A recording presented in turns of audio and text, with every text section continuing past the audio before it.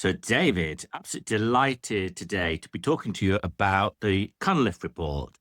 As the leader for Sustainability First, this amazing think tank charity that focuses on the energy and water sector, the Cunliffe report has been a big moment. So, what's the one takeaway everybody needs to know about the report? I think this report signals a real once in a generation opportunity for a reset in England and Wales and its water system. It's shifting power closer to communities. It's overhauling the regulation system itself and the regulators involved in regulating the sector. And it's finally treating water as interconnected.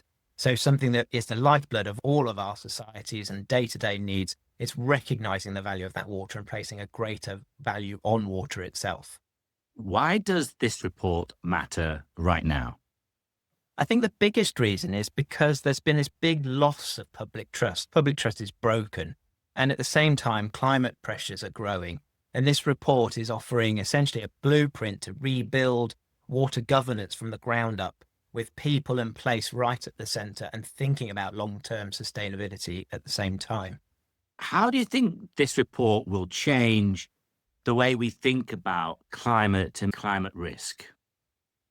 Climate risk is clearly a big systemic risk that often, maybe for decades, there's been a willful blindness from governments, from big business, from regulators. And this is another opportunity and a recognition of the need to focus in on the big, complex issues that need to be essentially redrawing the way we think about regulation, the way that we manage these essential services, but also scarce resources like water. And so there's a real need in this to nail down exactly how we think about the outcomes from managing water in a different way, rather than thinking about the red tape of managing water as a simple resource that isn't interconnected, actually thinking about the outcomes we want to achieve. Water clearly has a very important role to play, but also the way we manage it. So the flood risks and water scarcity are both here to stay. So there's a whole systemic change that's needed. And something like the Cunliffe Review is helping us to rethink the entirety of how we manage that system, the companies within it, and the ways we regulate those companies. What surprised you the most when reading the report? The biggest surprise was missing in action moment for carbon. So on the one hand, we talk about, big systemic risks and the need for change. And there's lots of hints in there about how we need to change the ways we govern things, how we engage with communities, how we think about water and place different value and greater value on water. But actually thinking of the carbon impacts of managing water and the role that water can play in helping to reduce our carbon impacts in the UK felt like it was missing in action more so than I was expecting. If there was one question I could ask to Sir John Cunliffe, the author of the review, it would be, why is there so little reference to carbon in this?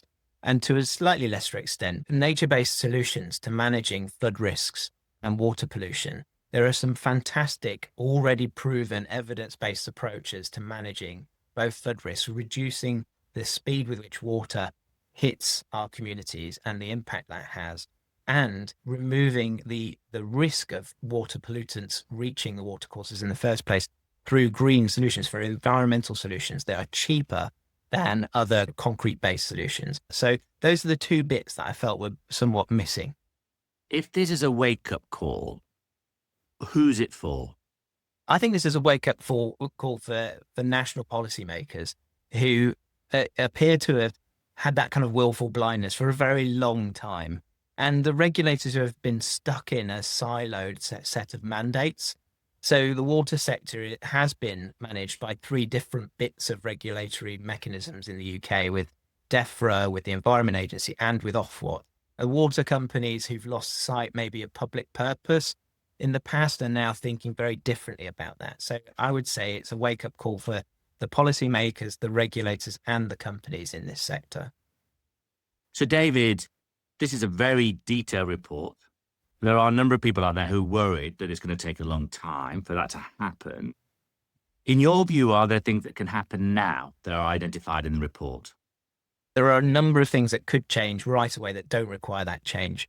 Essentially, a cultural shift in the way that water companies and regulators are working with each other, the transparency and reporting to the public about the acts that they're trying to take forwards, the work they're trying to do in the existing price review process of a 5-year economic period of time. That transparency and engagement with the public doesn't require this primary legislation, and it will go a long way to rebuilding trust with the public, but also empowering the public to help be a part of the governance that's needed to think about water in a different way and how we use water every day.